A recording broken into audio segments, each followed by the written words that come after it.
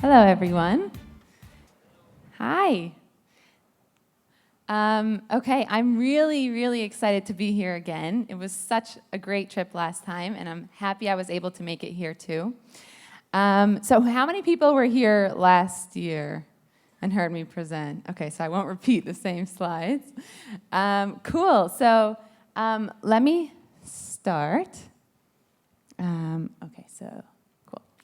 So before I came here, I sat with our analyst, as you guys know from last year, and I try to understand, what's going on now in Brazil. How are people behaving right now in Brazil?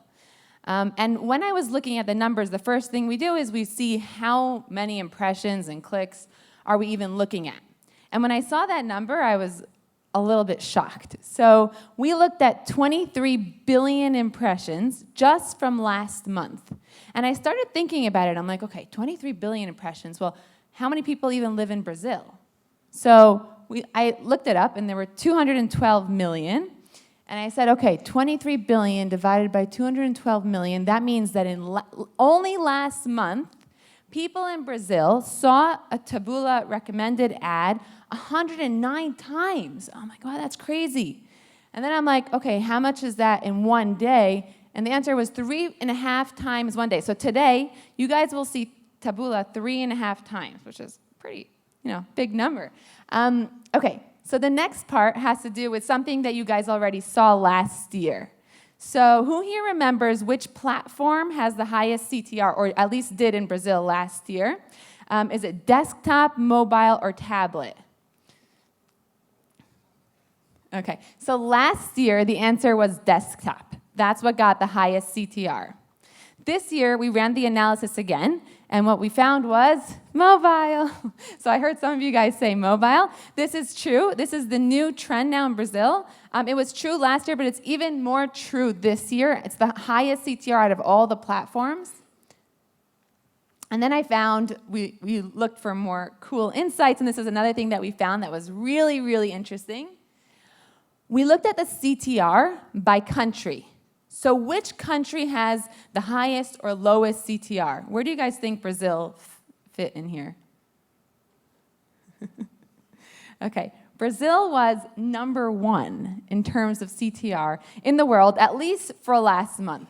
So that was really cool, and it's something that you guys really should be proud of, because this says something more about the marketers in Brazil than anything else. So when I saw this, I was like, uh-oh, what could I even say to them? Like, they're doing a good job. Like, I don't know. But anyway, so this was really cool too. The next thing I'm going to talk about is trending videos. So whoever was here last year, you guys might remember trends.taboola.com. It's a website that we have that it analyzes every single one of our items, and it has best practices that are dynamic, that change per country, that change per time. Last year, we showed you images. Which images are working well? This year, we're going to talk about videos. So which videos are working well? So this is working well in Brazil specifically, and we're looking at completions. So what kind of videos do you think will get a higher completion rate in Brazil? Videos with animals or videos without animals? So who here thinks with animals? Who thinks without animals? Okay, you're right. So globally, there's not such a big difference. Specifically in Brazil, 46% higher completion rate when there's an animal in a video. Okay, let's try this again. What about gender? Men or women in video? What gets a higher completion rate? So who here thinks men? Okay, who here thinks women? Okay, guys, don't look on trends.taboola.com yet, okay? No peeking. Okay, so globally, we see in the last year, we've been seeing a really large trend towards men. People are clicking more on pictures of men. They're also completing videos of men. But in Brazil, there's still a 14% increase in completion rate for women in video. Emotion is an interesting one. So globally, we don't really see such a big difference. But in Brazil, emotion plays a really large part in any kind of video completion. And then color is another interesting one. So what do you guys think, black and white or color for completion in video in Brazil? Black and white? Color? Okay. So globally, we see a 23% increase for colorful videos, and in Brazil, we see a 95% increase for black and white in video. Let's try this one more time. So how about food? Videos with food or videos without food? What do you guys think is going to get a higher completion rate in Brazil? Who here thinks no food? Who here thinks food? Okay, everyone thinks food.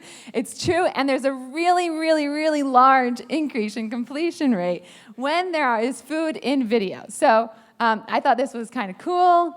Okay, and then there's video actions. So of course, there are different kind of video analyses of what type of video works well in Brazil.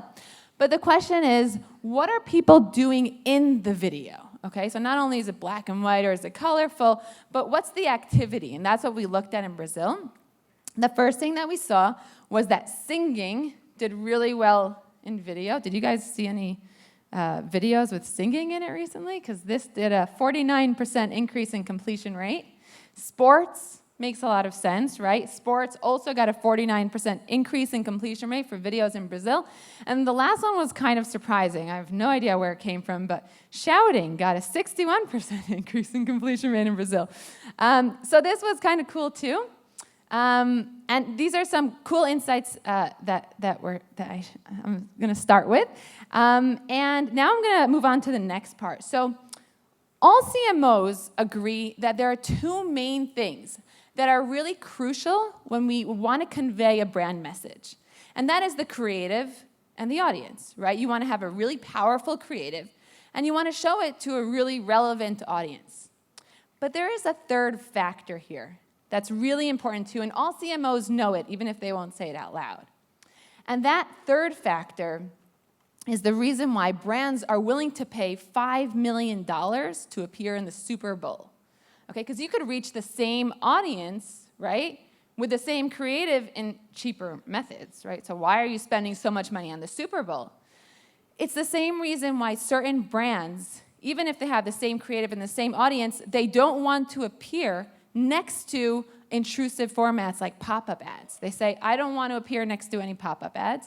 And it's the same reason why companies like IAB here are developing different targeting tools that aren't targeting a specific audience, but they're targeting an audience with a motivation. And so that third factor is the mindset. So you want to reach the right person with the right creative, but that right person has to be in the right mindset.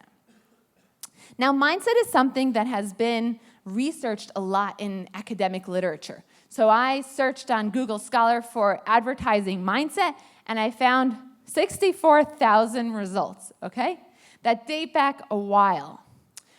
This same mindset has been spoken about and has been researched by the advertising community as well. They're not calling it a mindset, they're calling it a moment. It's something that Google has been talking about for quite some time, and they're talking about micro moments. So of course, you might react differently to a creative when you're in a I want to buy moment versus when you're in a I want to do moment, okay? Facebook is talking about it as well. They're talking about moments that are once a day moments or moments that are once a year moments. So you might reach the same audience, but if it's their birthday or it's a regular day, then they might react differently to your brand message. I'm going to talk about moments as well, and I'm going to do it through an example about parallel parking, okay?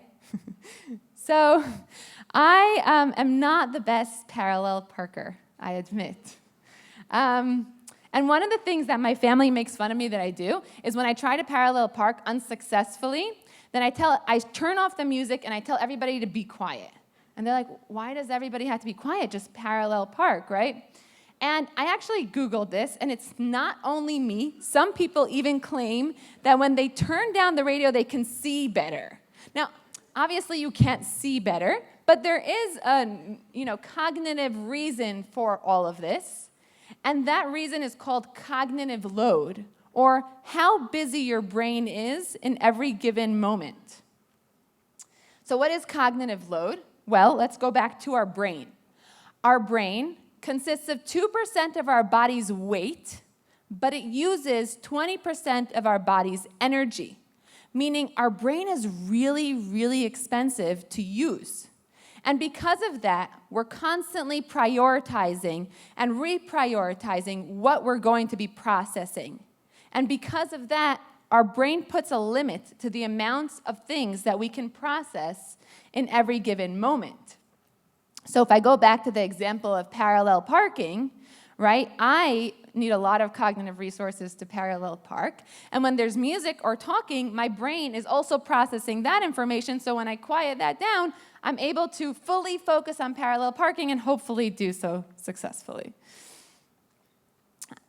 Okay, cognitive load, or how busy your brain is something that we can actually detect by looking into people's eyes, specifically looking at the fluctuations in pupil dilation, which I think is pretty cool. Some technology companies are taking advantage of this. So there's a company called Harman, which is a Samsung company.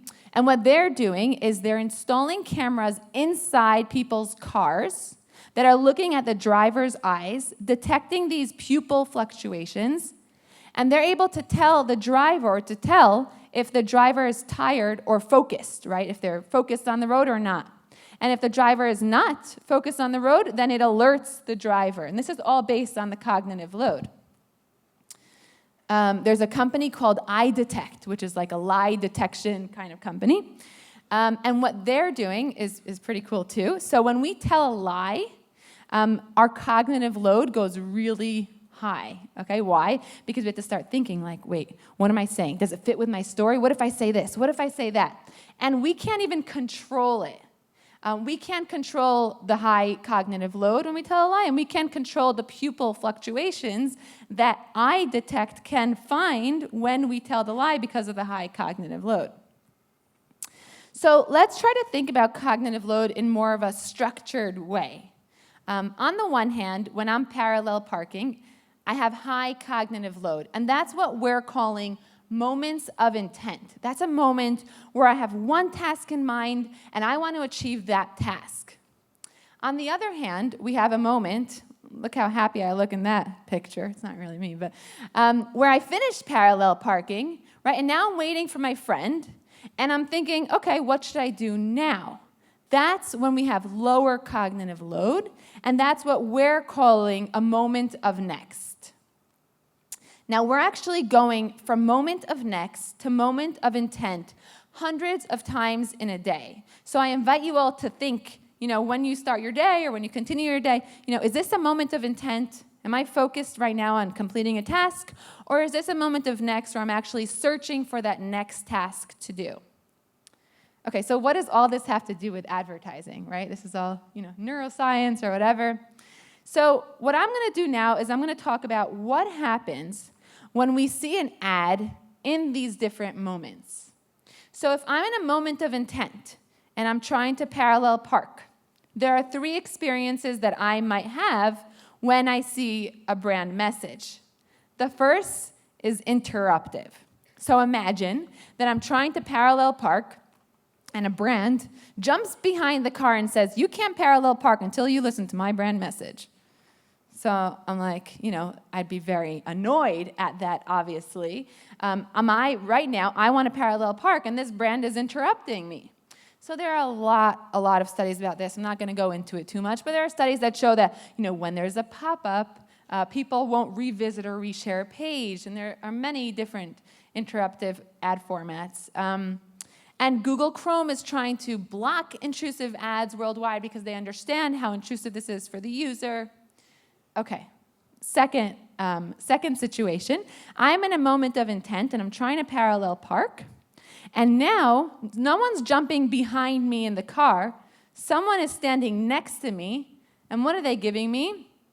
A delicious-looking sandwich. But I'm trying to parallel park, right? So that's what happens when an ad is not relevant in a moment of intent. And there are so many studies here too. So this is somebody that their intent was to search for something interesting to read, and there's a banner ad on the side. It's not relevant to their goal right now. Their goal was to consume content. And when there's a banner ad, simply, it's just going to be ignored. And then the last part of this moment of intent, would be helpful. So let's say I was trying to parallel park, and a brand wasn't being interruptive, they weren't jumping behind me, they were standing beside me, and they gave me a new technology that helped me parallel park automatically. So of course that's something that I would grab right away, right? That's the exact moment that I need something, and the brand was there for me in that moment. And that's really how Google became so successful, right? That's what their micro moments are. So we're trying to finish a task, complete a task. We go to Google to help us, and then the brands are right there in that exact moment, giving us the product that we need. Okay, so we spoke about one side of the scale. We spoke about what happens in moments of intent when I'm trying to parallel park. Now I'm talking about the next side of the scale. This is a moment of next. It's a moment where we've finished a task, and we're interested in finding a new one. Now, we're not always interested in finding a new task. I'm sure you guys can all understand this, that sometimes we finish a task and all we want to do is rest, right? We don't have energy for something new. So we're actually going to be, we're working now on researching that mindset as well. But what we're going to focus on now is that moment where we are interested in something new. So it could be, for example, if I'm waiting for my friend here, in the car after I parallel parked, and then I'll take out my phone and I'll scroll down social media, right? That would be one kind of moment of next. The moment of next that I like to talk about is, let's say I go home after work and I watch a movie, and I finish the movie, and I'm not tired enough to go to sleep. So one of the things that I do, that I wonder if you guys do too, is I go into the kitchen, and I open the fridge, and I kind of just look inside. Right? I'm not hungry. I'm just looking for that next thing that maybe there's something interesting here, right? Another moment of next, and this is where Taboola really comes in, is when we finish reading an article, and at the bottom of the article, or when we finish reading the article, we're looking for something new to engage with. And we ran a study with Nielsen, and what we found was that as opposed to when somebody was reading an article, when they were really concentrated, their cognitive load was high, they were in a moment of intent, in the bottom of the article, when they finished reading, their cognitive load went down. And they're not focused anymore on a specific task, and now they're in that moment of next. And what happens in that moment of next is that people start exploring. They start searching for that next task to engage with. And that's one of the reasons why we put our product right here in the bottom of the article. And when somebody sees something that they like in this mindset, in the moment of next mindset, where their cognitive load is lower and where they're interested in finding something new, we saw 3 really cool things. The first, and this is based on a study that we ran with Nielsen, is that as opposed to an interruptive moment of intent, for example, you're searching and you actually click on a different video, and instead of seeing that video, you're forced to engage with a 15-second ad. What happens to the person's eye tracker? So I want you to notice that blue dot. While the video is playing, no one's really looking at the video that's playing because right now they have one goal in mind, and that's to watch the video that they came here to watch. As opposed to that, when people are in either a moment of next or in a non-interruptive moment, like on social, what happens is that people are willing to engage and look at the ad, and we see Nielsen found a 25% increase in attention when the ad, the same exact video creative, was in this kind of format. The second thing that we found had to do with something more than attention. It had to do with the emotional impact. And what we found here is that when the same exact video creative appeared in the moment of next, as opposed to an interruptive moment of intent, what they found was a 23% increase in emotional response or emotional impact. Now, what does it actually translate to, right? This translates to when you see a video and you're like, you ask your friend the next day, ooh, did you see that video ad yesterday, right? That would be a 23% increase in emotional response. Or, for example, after a few days, you would remember a lot of details about that video because of that strong emotional response.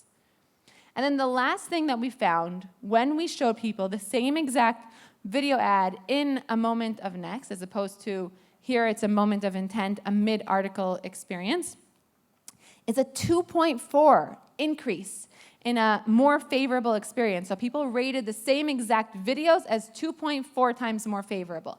2.4 times is a lot. That's a huge impact. If we're trying to think about how that translates, that would be that you would share the video afterwards because you rated it as so favorable, you enjoyed it so much that you decide to share it. Or it would be that maybe afterwards you would even search for that video just to watch it again.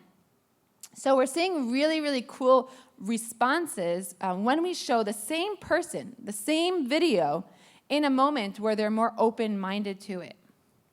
And this is one of the reasons why we're actually partnering with Nielsen in order to discover new moments of next. So we know how to measure the moment of next in people's brains. And what we're doing now is we're going to connect people to these SMI eye trackers, which can actually notice those fluctuations in pupil dilation. And we're going to see where else in space, in digital and not in digital, are we seeing moments of next. And I'm working with product on seeing where else should our product be based on that. So I thought that was really cool. Okay, so what does this mean for marketers? If we're thinking about moment of next or cognitive load in the marketing mix, there are two things that we want to do, or that I see successful brands doing. First of all, it's putting ads in moments of intent. So if we know that a user is right now, or not a user, if we know that a consumer is right now, trying to complete a task, being the brand that's going to be there first to help them complete the task is really going to make that brand successful. But the second thing is putting ads on moments of next. Putting ads on moments of next, what it would do is it would make sure that when the consumer is open-minded to something new, they're going to be engaging with your brand message instead of something else. Okay, so just a few takeaways. The first thing that I would take away is that creative is really important. And we spoke about some cool creative insights here. I would invite you all to use trends.taboola.com to see other creative insights. But that's obviously a really, really important part of a strategy. The second part is reaching the right audience. We all know how important that is too. But the third part is to not only reach the right audience with the right creative, but to reach the right audience in the right mindset where they're most open-minded to it. So that's it. That's all I have for you guys.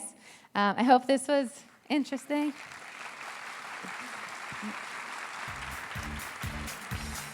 Thank you.